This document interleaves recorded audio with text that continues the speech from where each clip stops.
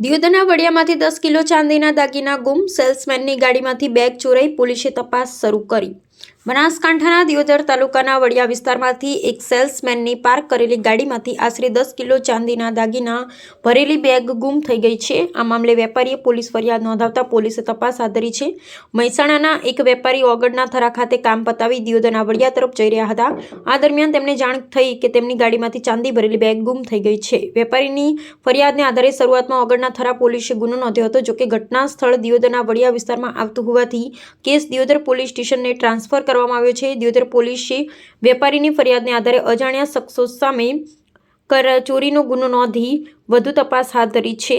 ચોરાયેલી bag કાળા રંગની હતી અને તેમાં આશરે 10 કિલો ચાંદીના દાગીના હતા। રામજીભાઈ રાયગોર, બનાસકાંઠા।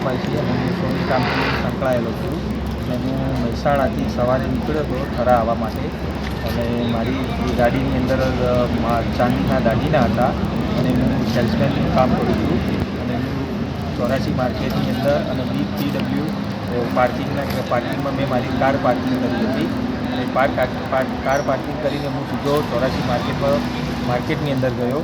માર્કેટની અંદર વેપારીનું મતલબ ચોકસીઓનું કામ મારે જે હતું કામ પતાવીને જ્યારે ગાડી તરફ પરત ફર્યો અને એના પછી હું ત્યાંથી ગાડી લઈને હું દિયોદર વડિયા ગામ ગયો અને ત્યાં મને ખબર પડી કે મારી ગાડીની અંદર 10 કિલો ચાંદીનો માલ જે થેલો હતો એ થેલો ગુમ થયેલો મને જાણ થઈ એટલે હું સીધો દિયોદર ગામના વડિયાથી સીધો રવાના હું થરા આવ્યો અને થરાની અંદર હું પોલીસ સ્ટેશનની અંદર મેં જાણ કરી।